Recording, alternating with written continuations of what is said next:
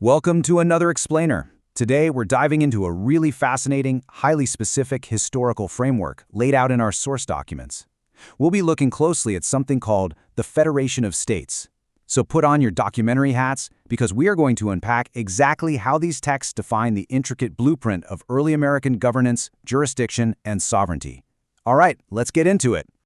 Here is our roadmap for today. We've got 6 parts: defining the Federation, sovereignty and defense, Congress and delegated powers, international representation, challenges and legacy, and finally, a quick summary. Okay, Section 1, defining the Federation, specifically its role as the employer and delegator. Let's jump in. Now, the source documents completely reframe how we normally think about government. Actually, it's helpful to think about it like a giant corporate business arrangement. The texts describe the constitutions as actual service contracts. In this setup, the states are the employer, the Federation acts as the delegator, and the branches of the federal government, well, they're just hired service providers. The sources call them federal subcontractors. And the logic here is simple. If a subcontractor fails to do their job, that power just naturally reverts back to the boss. And the sources map out this jurisdiction super clearly. You basically have 2 distinct domains. First, you've got the Union of States, which is in charge of national soil jurisdiction. This is essentially domestic, the domain of the American general public, the living people, the common law. But then, on the flip side, you have the Federation of States, formed back in 1776, and its job is to handle international land and sea jurisdictions. This distinction is absolutely crucial for understanding these texts. The Union handles the domestic soil, while the Federation acts on behalf of those sovereign states in all international and global affairs.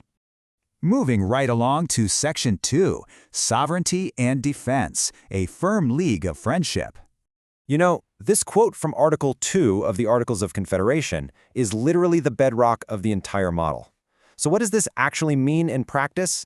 It means that joining this union absolutely did not mean surrendering statehood.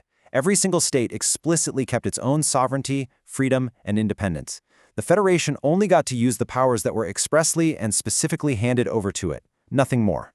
Building on that fierce independence, Article 3 tells us exactly why they joined together in the first place. The sources emphasize that these fully sovereign states voluntarily entered into what they called a firm league of friendship. And the goals were incredibly pragmatic, you guys. We're talking common defense, securing liberties, general welfare. They were essentially promising to have each other's backs against any external attacks. That brings us to Section 3, Congress and delegated powers, and how the Confederation Congress actually worked. So how did the Federation practically manage all this? Well, the states delegated highly specific operational powers to the Confederation Congress. They definitely weren't handing over a blank check.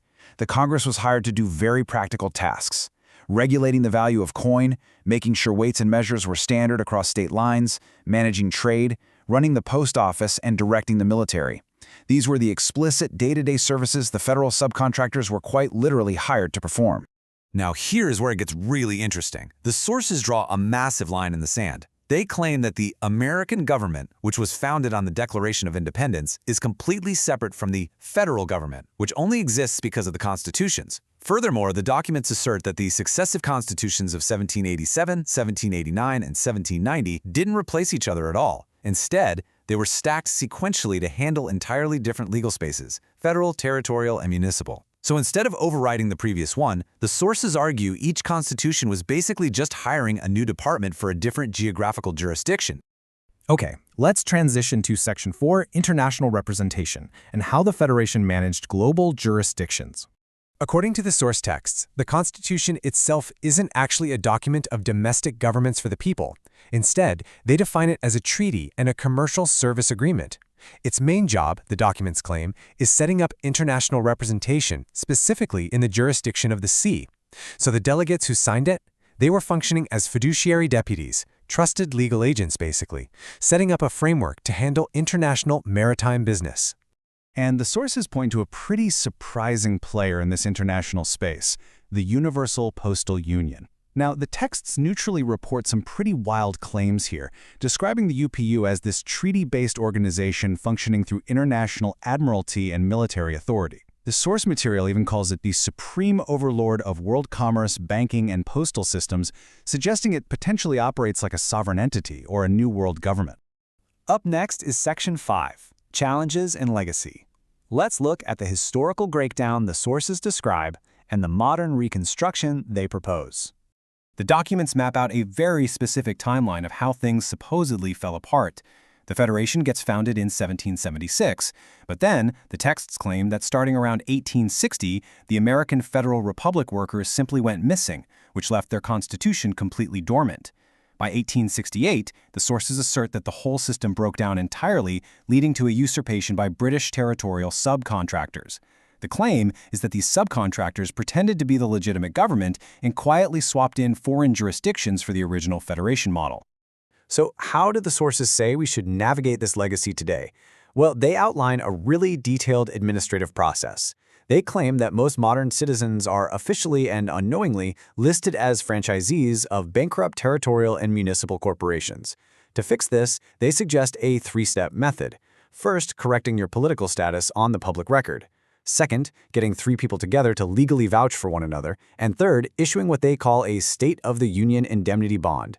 Basically, they argue this bond works kind of like an insurance policy to protect your private assets, discharge debt, and lawfully opt out of those bankrupt corporate jurisdictions. And to actually administer a return to this federation model in the modern day, the sources describe the creation of unincorporated jural assemblies. These are supposed to be made up of people who have reclaimed that original birthright status, and they're highly structured. You've got a vetting committee to check membership, a general elections group for handling the ballots and security, an international business committee for the jurisdiction of the sea, and a congressional committee to literally vet candidates for a new, reconstructed Continental Congress. To keep all these moving parts connected, the texts emphasize the role of modern coordinators.